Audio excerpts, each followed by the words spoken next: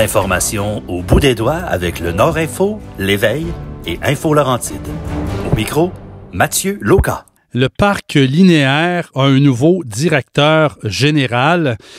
C'est un long parc, hein, ça a plus de 200 kilomètres. Rappelez-vous, là, il y a 25 ans, on avait fait Saint-Jérôme-Mont-Laurier.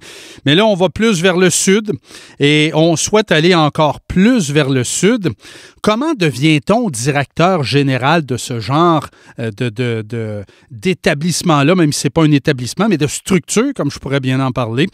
Ben, justement, pour en parler, on retrouve le principal intéressé, le nouveau directeur général, M. Bernard Pilon. M. Pilon, bonjour. Bonjour, M. Lauca. Merci de l'invitation. J'ai jamais vu à l'université un programme pour être directeur général d'une infrastructure de la sorte. On devient comment DG de cette patente-là? Mais une belle patente, là.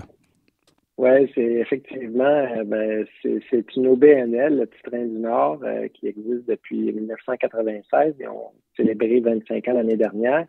On devient comment directeur général? Premièrement, ça prend quelqu'un de passionné, je pense. Je suis un passionné de plein air, de vélo, de ski de fond, entre autres. Moi, mon cheminement, mon parcours fait en sorte que depuis plusieurs années, j'ai quitté le domaine des communications graphiques pour justement me connecter à ce genre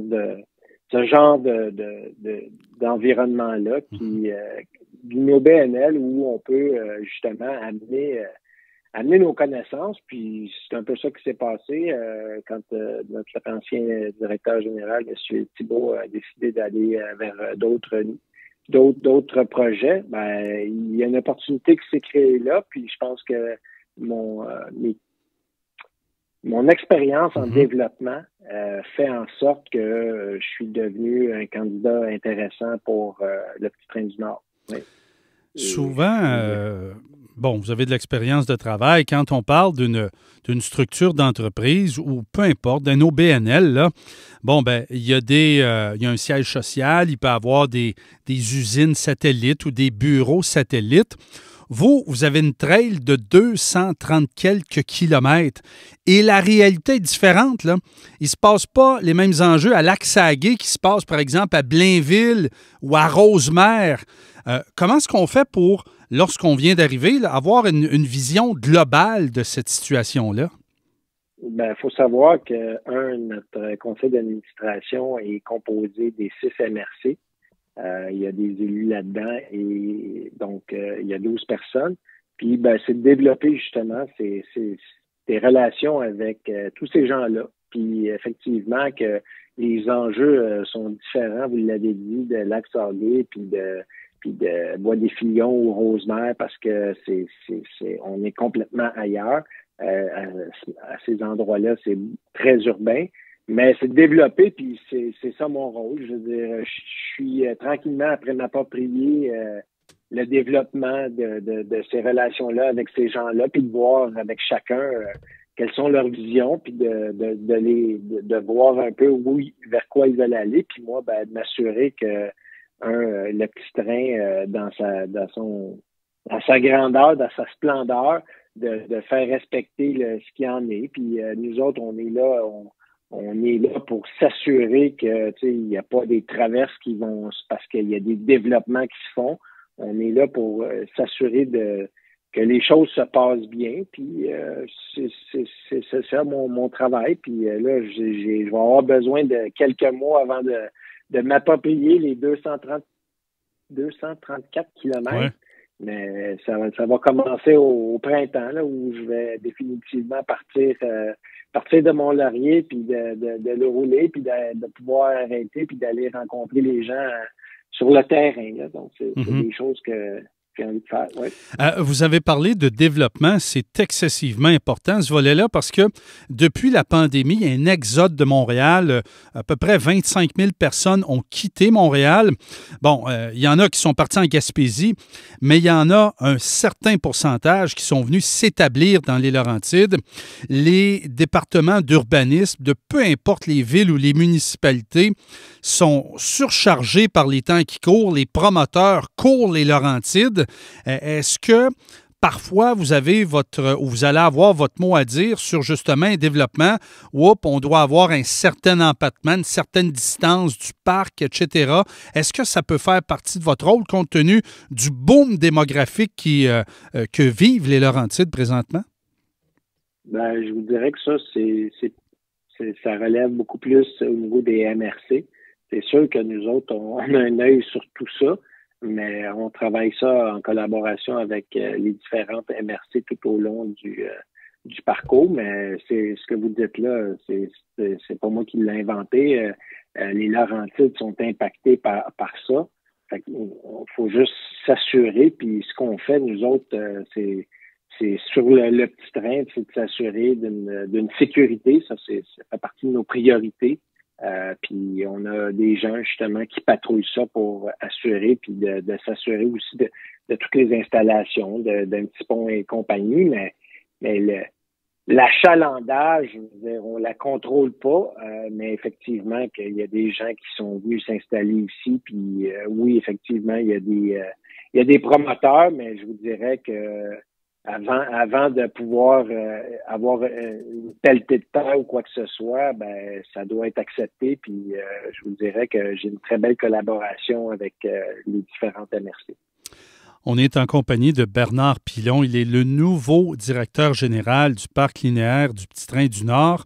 La pandémie, on l'a effleuré à peine. On va y aller un peu plus. Je me rappelle, moi, au mois de mai ou juin 2020, j'avais fait une petite balade de vélo, là, Saint-Jérôme-Prévost, aller-retour. J'avais jamais vu autant de trafic de ma vie. C'était incroyable, mais en même temps, c'était beau avoir autant de gens sur un vélo. Les commerçants de vélos étaient en rupture de stock. Comment, lorsqu'on vous a présenté le rôle, le projet d'être directeur général, vous voyez l'avenir du parc avec une recrudescence, une effervescence même, je dirais, du vélo. Et ça se pratique maintenant de plus en plus 12 mois par année. Vous le voyez comment, ce développement-là? Ben, le développement, il est déjà entamé. Vous l'avez dit, ça se pratique presque 12 mois parce que, bon, il y a des périodes où le petit train est fermé pour de l'entretien, que ce soit en début de saison ou en début de saison estivale ou à la fin de la saison pour préparer la saison hivernale. Mais sinon, le développement, tout ça, il s'est fait au fur et à mesure. L'élargissement, parce que, bon, c'est une piste multifonctionnelle. On s'entend, là, ça court pas, que ce soit en été ou en hiver, là, il y a toutes sortes de gens qui se retrouvent là-dessus. Il y a des marcheurs, il y a des cyclistes, il y a des gens en ski de fond, il y a des... Bref, c'est de trouver un équilibre. Un équilibre dans tout ça, exactement, mais tu sais, ça va se poursuivre, mais je vous dirais, cet achalandage-là, ben, si vous avez pu constater qu'il y a certains endroits qui ont été élargis, ben, c'est pour ces raisons-là, c'est pour des raisons parce que ça grossit, puis qu'en même temps, ben, c'est une question de sécurité, là. Présentement, je viens d'arriver, puis de voir des gens marcher, des gens en vélo, puis des gens en skate, des gens en classique. Ça fait beaucoup de monde. Il faut être capable de gérer tout ça. Mais je vous dirais que ça se passe relativement bien. Moi, ça fait à peine quelques semaines, là, mais je regarde beaucoup ce qui se passe sur les réseaux sociaux. Les gens sont contents. Les gens sont heureux du travail, puis l'hiver, juste le fait d'avoir la gratuité de tout ça, ben, c'est extraordinaire. On va dans les stationnements, que ce soit à la gare de Prévost, de Sainte-Adèle, même de Sainte-Agathe ou bien entendu de Saint-Jérôme au kilomètre zéro. Là. Quand on regarde les voitures, il y en a plusieurs que avoir le nom du concessionnaire automobile et la ville du concessionnaire, ça vient pas mal du 514. Là, présentement, ben, vous êtes à la frontière de Laval, si je peux dire. Là. Vous avez un projet de développer du côté de Montréal. C'est pas évident, les emprises, tout ça. C'est quoi le plan de match pour développer vers le sud? Parce qu'il y a certainement des gens au sud qui vont embarquer sur le parc à un moment donné, qui vont débarquer à Saint-Jérôme, vont faire un aller-retour dans une journée, là. Tout à fait. Puis je vous dirais que ça fait partie des projets qui sont sur la table, puis ce sont des enjeux là, de pouvoir développer cette liaison-là avec Montréal et Bois-des-Filions. Puis je vous dirais qu'il y a déjà des choses là, on est après regarder les différentes faisabilités par rapport à ça, mais je vais au fil des mois qui s'en vient en connaître un peu plus puis de pouvoir m'impliquer. Mais est-ce qu'il y a un tracé existant, logique, ou tout est à développer? Non. Ben c'est justement, il y a des propositions là, qui ont été développées justement pour mettre ça le plus linéaire possible. Donc, non, c'est déjà entamé, mais je dirais qu'il y a encore beaucoup de travail à faire par rapport à ça. Est-ce qu'on a un objectif? On est dans le 5 ans, dans le 10 ans? Ça serait quoi l'horizon? Oh. On vous demande de vous mouiller, là. Moi, je vous dirais qu'il faut que d'ici 5 ans, la connexion soit faite. Pas 10 ans, c'est trop long. OK. Puis c'est ça, ouais. Les besoins sont là. Il y a une campagne électorale cette année, certainement que ça sera un bon moment. Je le disais en introduction, la réalité n'est pas la même à Blainville qu'à Lac-Saguet. Bon, au nord, il y a des motoneiges.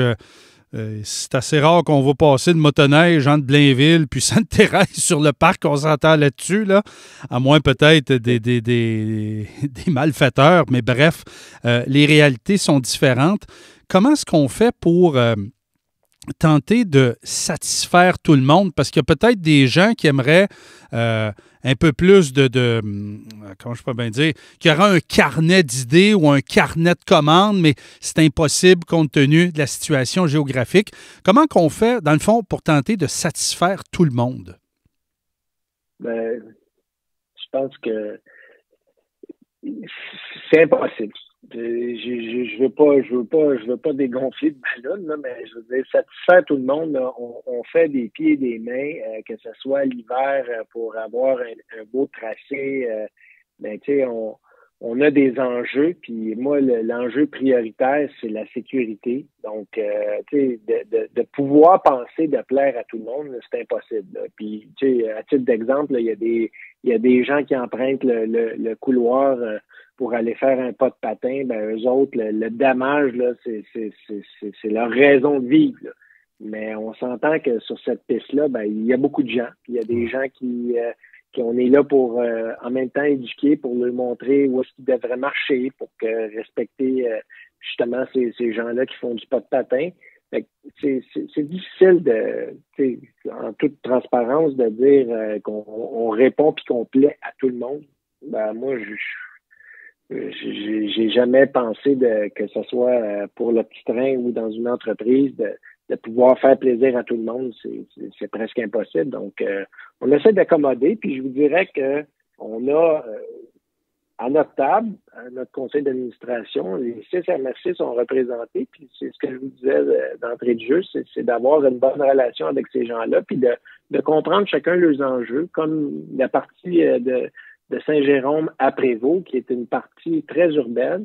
Ben, les besoins de ces gens-là sont différents, comme vous l'avez dit, de Lac-Saguet, puis de comprendre chacun de ces enjeux-là. Je veux dire, le skidoo, l'hiver, nous autres, c'est pas nous autres qui décidons, là, c'est des droits qui sont acquis depuis de nombreuses années, puis ça demeure comme ça. Est-ce que ça plaît à tout le monde d'avoir des skidoo qui passent sur le petit train l'hiver? Je suis convaincu qu'il y a des gens qui sont pas tout le temps heureux, mais bref, c'est ça. C'est le plaisir d'un, pas toujours le plaisir de l'autre. Donc, Je comprends. Il faut trouver un équilibre. Encore une fois, c'est une question d'équilibre. Oui, tout à fait. Dernière question. Bon, là, vous êtes en poste, vous êtes nouvellement arrivé. Les cadres sont à peine placés sur vos murs de bureau. Si vous aviez un top 3 là, des objectifs à réaliser pour, disons, les 5 prochaines années, ça serait quoi? Vous avez parlé de sécurité tantôt. Ça peut faire partie de ça, mais il y en a peut-être d'autres. Donc, le podium de vos objectifs à réaliser. Premièrement, la connexion Montréal-Mont-Laurier, ça en fait partie. Un dossier de resurfaçage qui fait partie de mes enjeux. Il y en a déjà plus que 70% qui a été resurfacé. Donc, il en reste encore une partie à faire qui fait partie des enjeux. Puis, la sécurité, bien sûr, il y a plein de projets, là, mais ça demeure un enjeu prioritaire. Puis, je vous dirais que avec tout l'achalandage qu'il y a, ben faut pas quitter ça de l'œil parce que on n'est pas à l'abri de ça. Puis nous autres, de s'assurer que les gens viennent utiliser le petit train, qu'ils se sentent en sécurité sur le petit train. Je vous dirais que c'est probablement mon top 3 pour mes objectifs là, à court moyen terme. Ouais. On vous souhaite tout ça au cours des prochaines années. Merci pour votre temps, M. Pilon. C'est très apprécié. Je vous souhaite une bonne journée. Merci à vous, M. Loca. Au plaisir. Bernard Pilon, il est le nouveau directeur général du Parc linéaire du Petit Train du Nord.